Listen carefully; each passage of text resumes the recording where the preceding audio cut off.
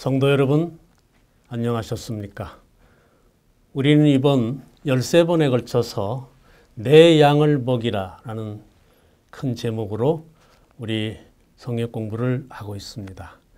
오늘은 우리 9번째 시간으로 제9과를 공부하겠습니다.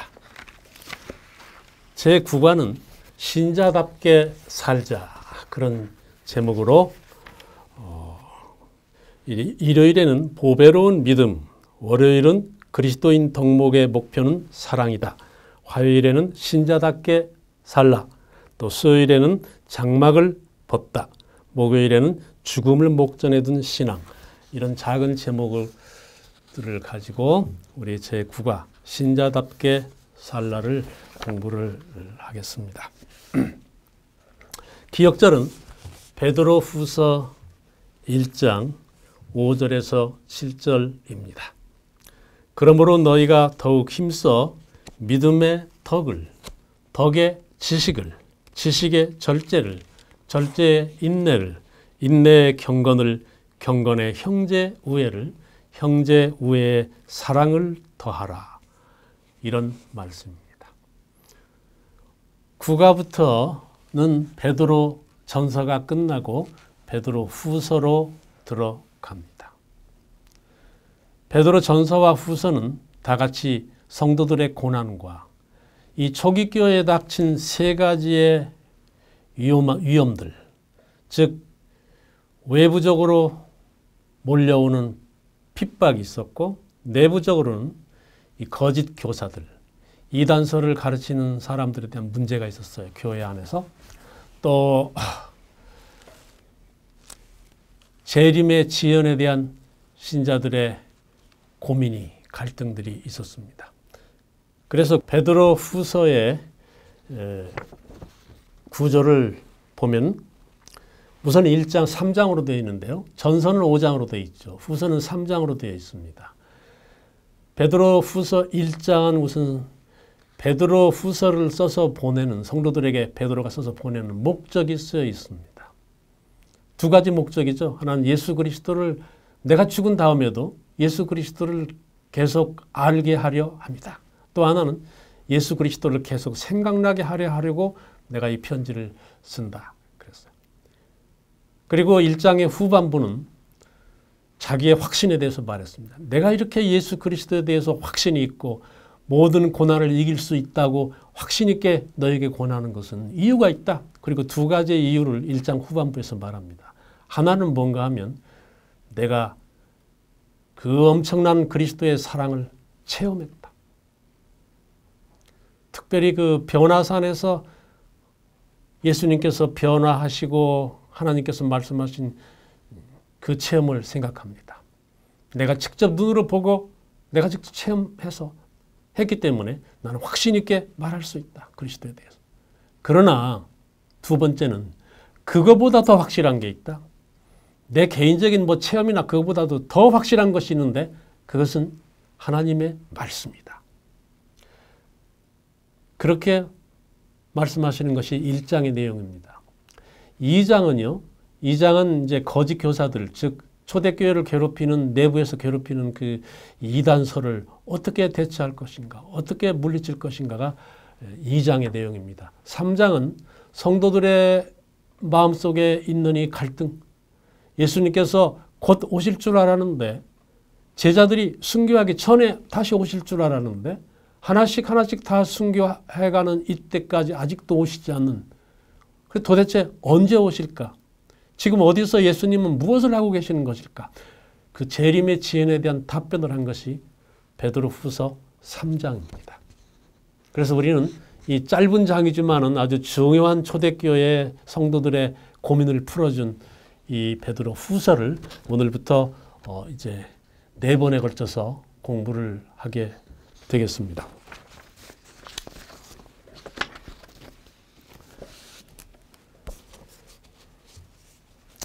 먼저 일요일 소지로 가보겠습니다.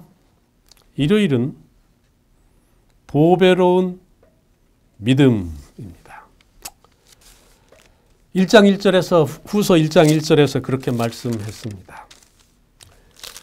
예수 그리스도의 종이며 사도인 시몬 베드로는 우리 하나님과 구주 예수 그리스도의 의를 힘입어 동일하게 보배로운 믿음을 우리와 함께 받은 자들에게 편지하노니 그랬어요. 보배로운 믿음. 왜 베드로가 우리가 가진 믿음을 보배로운 믿음이라고 했을까? 그것이 이제 베드로가 여기서 말하고 싶은 것입니다.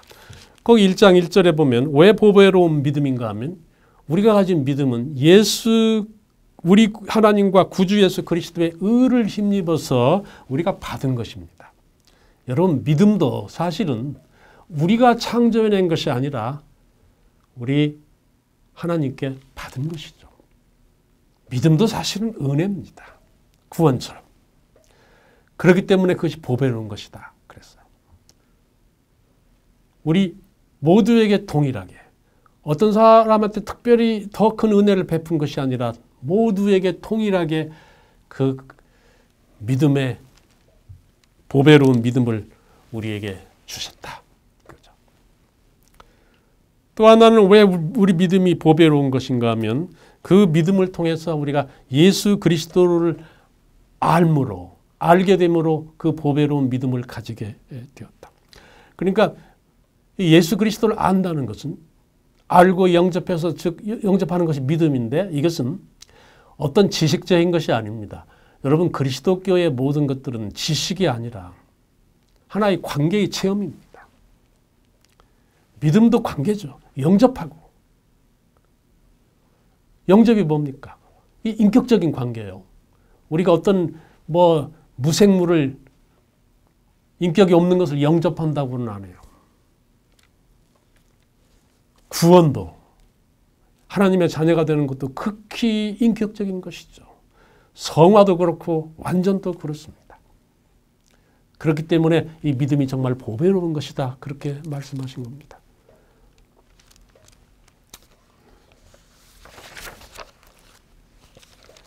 왜 믿음이 보배로운가? 조금 더 설명을 베드로가 하셨는데 그 믿음에는 보배로운 믿음에는 보배로운 약속이 수반되기 때문입니다. 1장 4절에 보면 1장 4절 보시죠. 이로써 보배롭고 지극히 큰 약속을 우리에게 주셨다 그랬어요.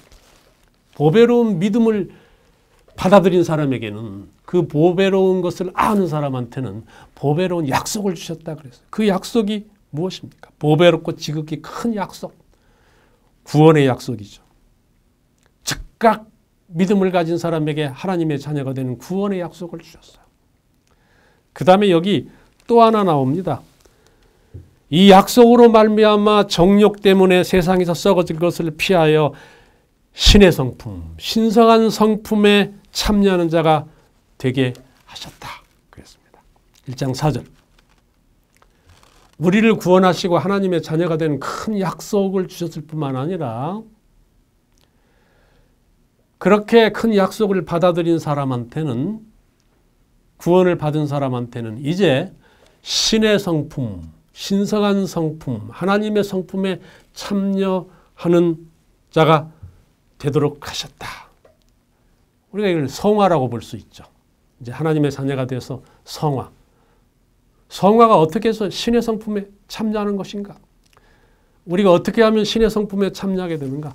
우리가 참 이게 아름다운 그리스도인 품성을 어떻게 하면 가질 수 있을까 고민이 많은데 20년, 30년 믿어도 품성을 생각하면 그냥 이런 품성으로 하늘에 갈 수 있을까? 그런 생각을 하게 되지 않습니까? 어떻게 하면 그리스도와 같이 그리스도의 품성에 어떻게 우리도 같이 참여할 수 있을까요? 그러면 문제가 해결되는데 그렇지 않습니까? 우리가 예수님의 품성에 우리가 참여하면은 예수님의 품성이 우리 것이 되고 우리 품성이 되기만 하면 마치 한 몸처럼 그렇게 되면 바울이 갈라디아서 2장 20절에서 외쳤듯이 내가 그리스도와 함께 십자가에 못 박혔나니 이제는 내가 사는 것이 아니고 내 안에 그리스도께서 사신다. 그래서 그리스도의 품성이 내 품성이 된다. 이렇게 되면 모든 문제가 해결되죠. 어떻게 하면 그리스도의 품성이 내 품성이 됩니까? 어떻게 우리가 그리스도의 품성에 참여하게 되겠습니까? 그렇게 할 수 있다. 지금 베드로가 그렇게 말하는 것입니다. 그래서 이것이 보배로운 약속이다. 지금 베드로가 그렇게 말하는 것이에요. 제가 이 문제를 좀 단순하게 설명하기 위해서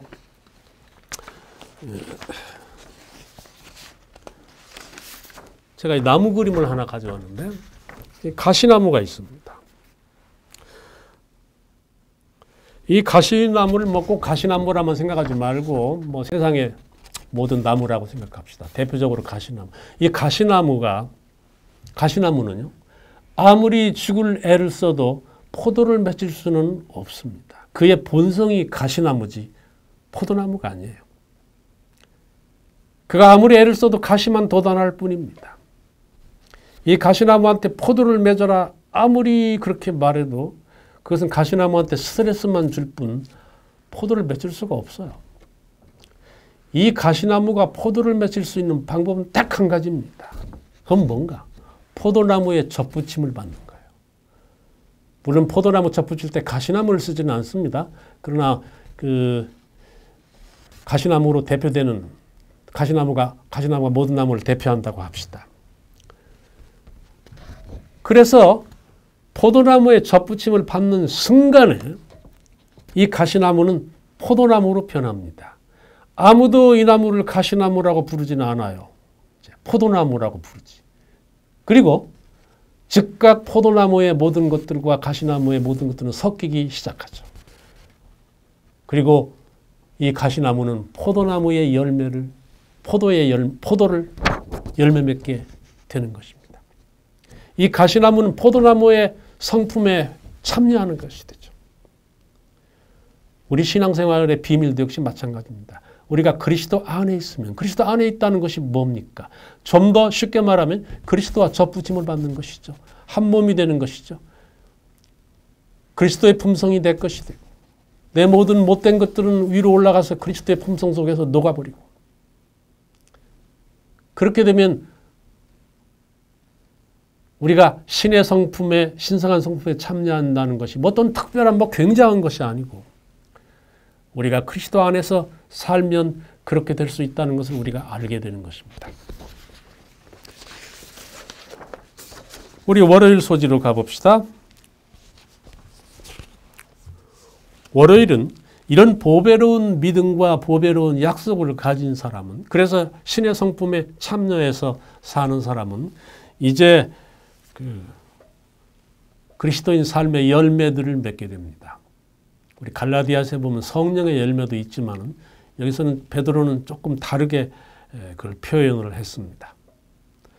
그래서 5장 1절 5절에서 7절까지 보면 그러므로 너희가 더욱 힘써 너희 믿음의 덕을 우리 이제 기억절이죠. 덕의 지식의 절제의 인내의 경건의 형제의 우애에 사랑을 더하라 그랬습니다. 이 말씀만 보면 마치 그리스도인 성화의 단계가 있어서 처음에 믿음이 있고 그 다음에 덕이 있고 덕을 쌓아야 지식이 생기고 지식이 있어야 절제가 생기고 마치 그것처럼 보이는데요. 여기 이제 표가 있는데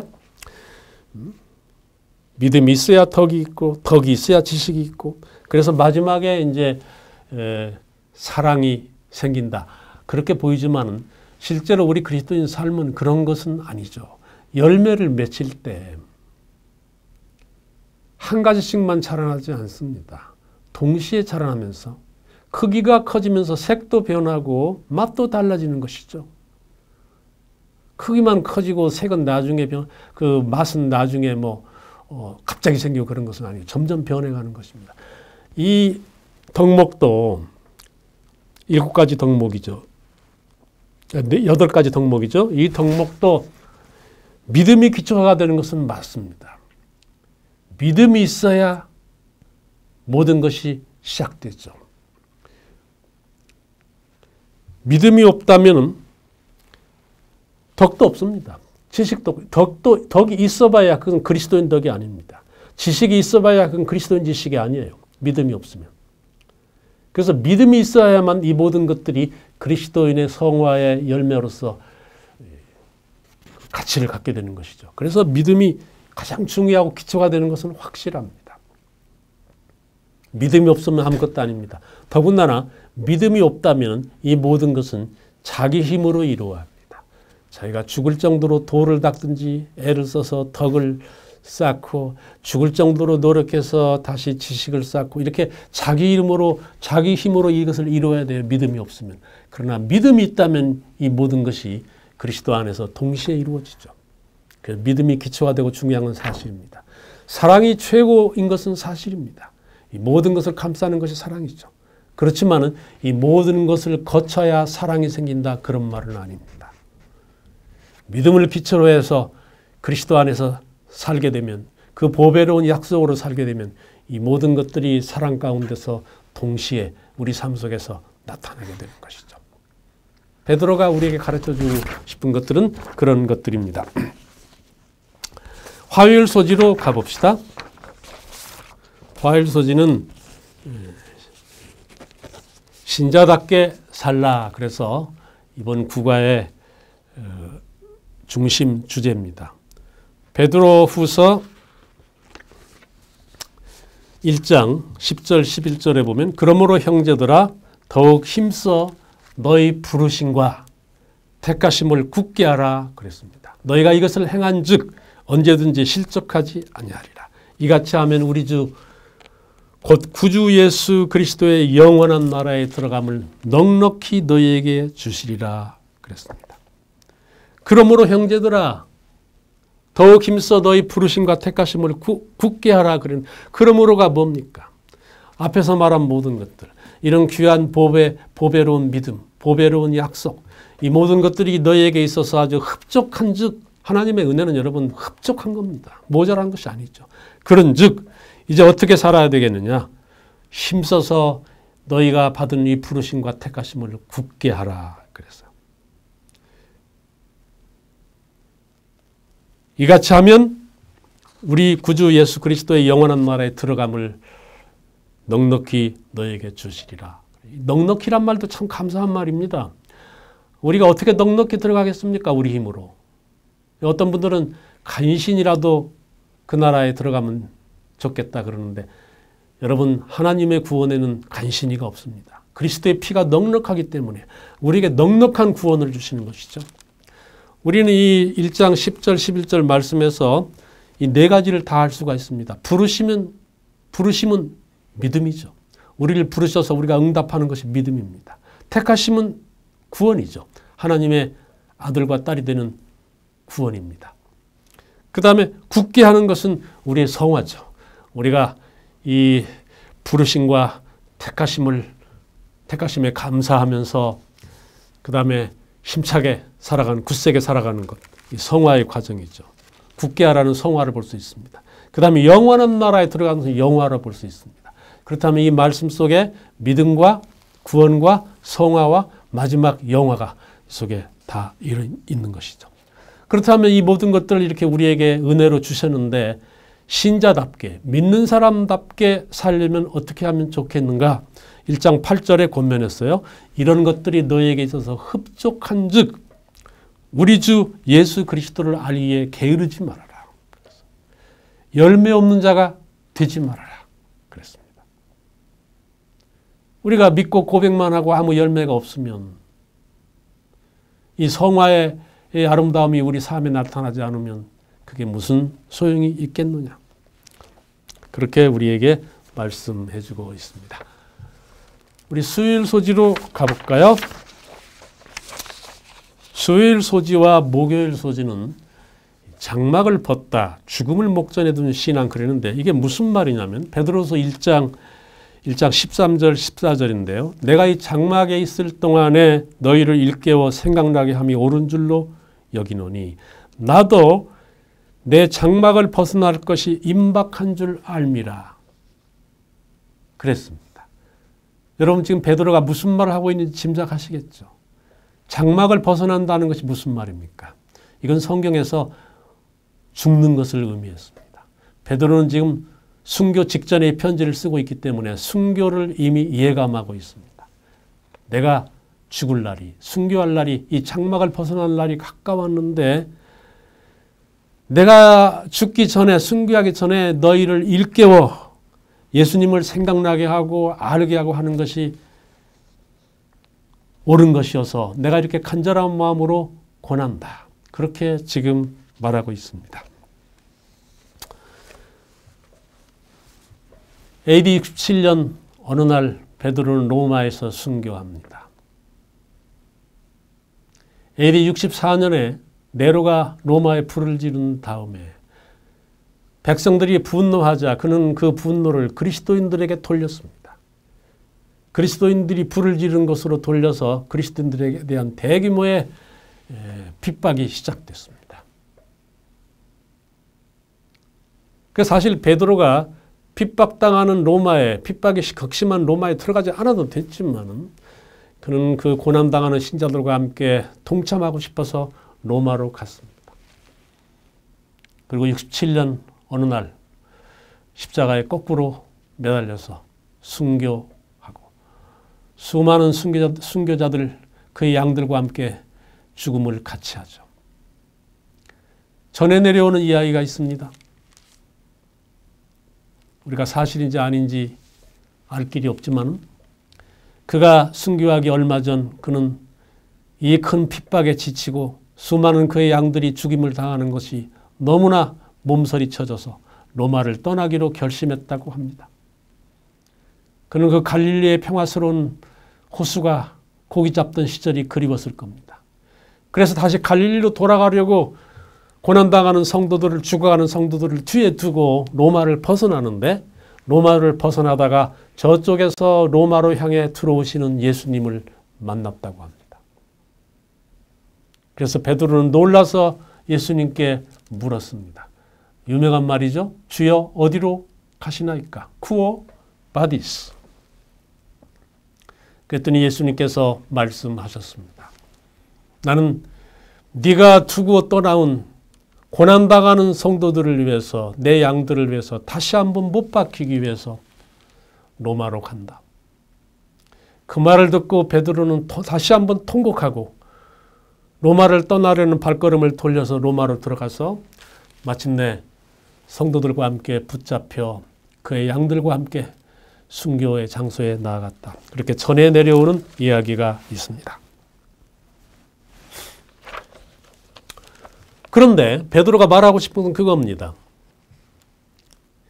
이렇게 다 죽고 나도 떠나가고 모든 성도들, 그 사도들도 다 순교당하고 이렇게 되면 이제 우리의 신앙은 어떻게 되느냐. 그런 걱정이 이 성도들에게 있을 겁니다. 거기에 대해서 베드로가 대답을 하고 해야 되기 때문에 베드로가 이 수요일 목요일 소지에서 강조하는 것이 하나 있습니다. 예수님께서 부활하셨기 때문에 우리도 부활의 소망이 있다.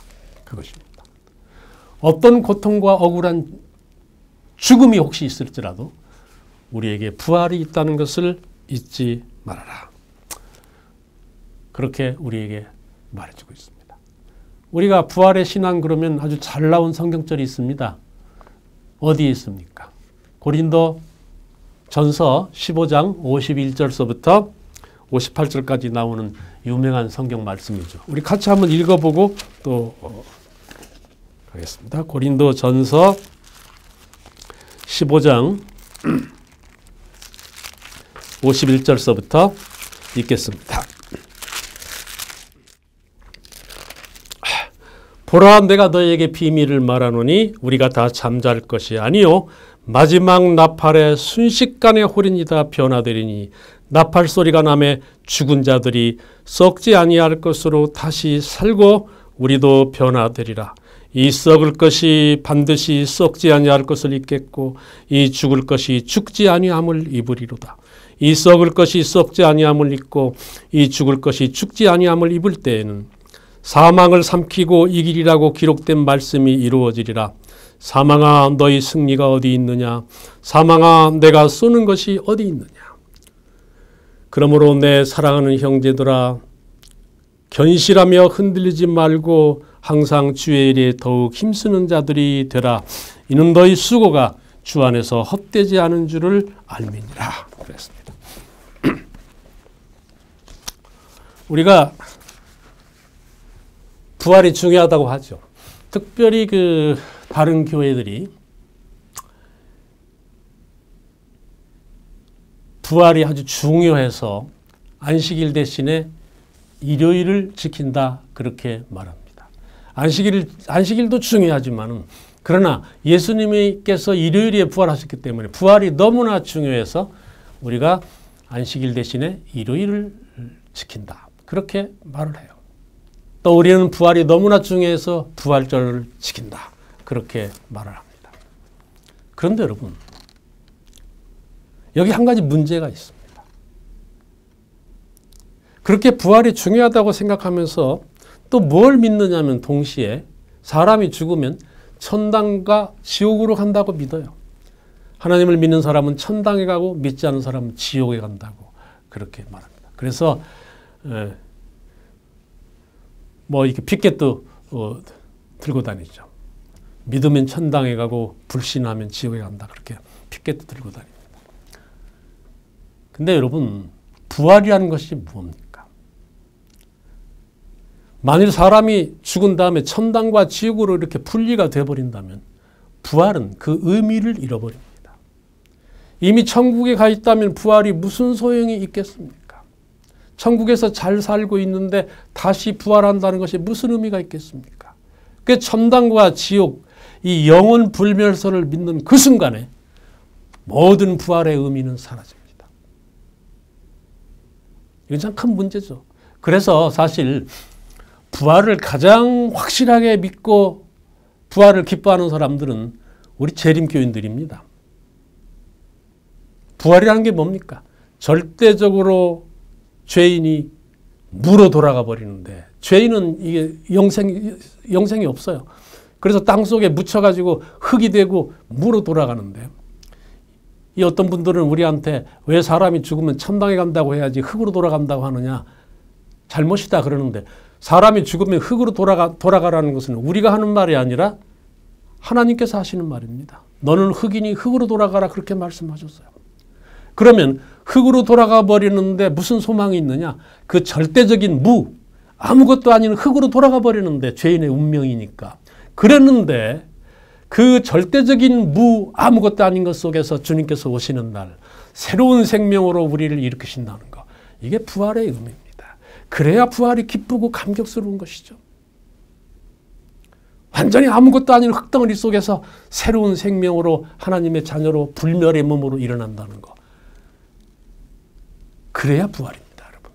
천당과 지옥을 믿는 순간에 천당으로 가고 물론 천국은 있지만 사람이 죽으면 바로 즉각 천당에 가고 지옥으로 간다고 믿는 순간에 이 부활은 다 의미가 없어지고 그럼 부활이 의미가 없어지면 무엇도 없어진 줄 아세요? 이 천당으로 가고 지옥으로 간다는 걸 믿는 순간에 기독교의 모든 중요한 교리가 다 무너집니다. 예수님께서 재림하시는데 가장 큰 사건이 뭐냐면 부활 사건이에요. 부활하지 않으면 예수님의 재림이 뭡니까? 부활시켜서 데려가시려고 오시는 건데. 그런데 예수님의 재림하실 때 이미 천당과 지옥으로 다 분리돼서 가버렸다면 그러면 재림도 의미가 없게 되죠. 이미 천당과 지옥으로 다 심판을 받아서 갈라졌기 때문에 마지막 심판도 아무런 의미가 없게 됩니다. 그래서 이 기독교의 중요한 교리들, 부활, 죽음, 재림, 심판 이 모든 것들이 이 영원 불멸설 앞에서 다 무너져 버립니다. 참 큰 문제죠. 그래서 사람이 죽으면 천당과 지옥으로 간다는 것을 믿으면서 기독교인으로 살기는 상당히 힘듭니다, 여러분. 성경을 그대로 받아들이는 건 너무나 힘들어요. 이미 심판도 의미가 없게 되고 재림도 의미가 없게 됐으니까. 부활도 의미가 없고. 그게 요즘에 그 우리 교과 공부책에도 나옵니다만은 이게 오스카 쿨만이 쓴 유명한 논문입니다. 영원 불멸과 죽은 자의 부활. 오스카 쿨만은 프랑스의 유명한 신학자죠. 이 논문의 첫 페이지에 오스카 쿨만은 이렇게 말했어요. 우리 기독교가 가지고 있는 가장 큰 오류, 잘못 중에 하나는 사람이 죽으면 천당과 지옥으로 간다는 영원 불멸설이다. 이것이 우리 기독교가 가지고 있는 가장 큰 잘못이다, 오류다 그렇게 말했어요. 그것으로부터 이 논문을 시작합니다.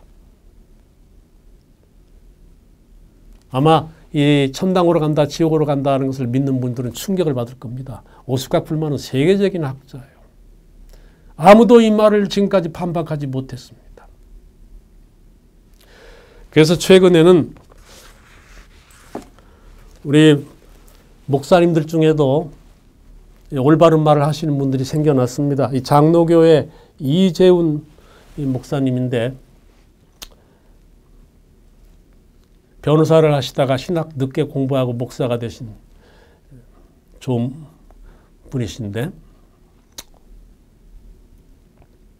그분이 이 인간의 사후세계라는 책을 써서 이 책에서 그렇게 말했습니다. 나는 지금까지 목사가 돼가지고 내 신자들한테 사람이 죽으면 천당과 지옥으로 간다고 가르쳤다. 그러나 내가 성경을 100번 통독한 다음에 그것이 잘못된 것임을 깨달았다. 그것은 성경적이 아니다. 사람이 죽으면 흙으로 돌아갈 뿐이다. 그리고 그 흙 속에서 주께서 오시는 날 영원히 아름다운 부활이 일어나는 것이다. 그래야 부활이 멋있고 굉장한 것이다. 우리와 똑같은 가르침을 이분이 하고 있죠. 아마 이분이 많은 사람들로부터 공격을, 미움을 많이 받았을 거예요. 여러분, 우리가 이 국가에서 배울 것들이 참 많이 있습니다. 우리가 신자답게 살기 위해서는 어떤 것들이 필요한가? 베드로가 여러 가지 것을 말씀하시고 마지막 부활의 소망으로 그의 당부를 마칩니다.